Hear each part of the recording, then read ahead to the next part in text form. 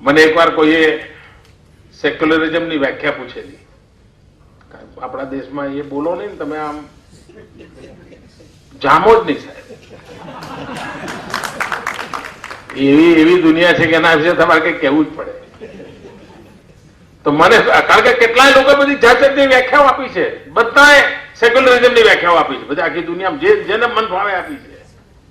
લાલુ યાદવે આપી છે.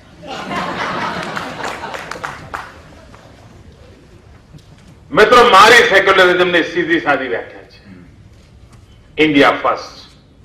બસ બધું એમ આવી ઇન્ડિયા ફર્સ્ટ, હિન્દુસ્તાન પ્રાથમિક, બસ પહેલી હરોળમાં.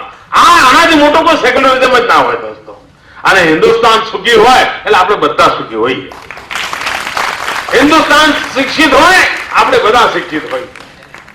હિન્દુસ્તાનમાંથી ગરીબી જાય એટલે આપણી ગરીબી જાય જ. આ જ રસ્તો છે મિત્રો, અને એ રસ્તો આપણે અપનાવ્યો છે. એ રસ્તાને આપણે આગળ ધપાવીએ.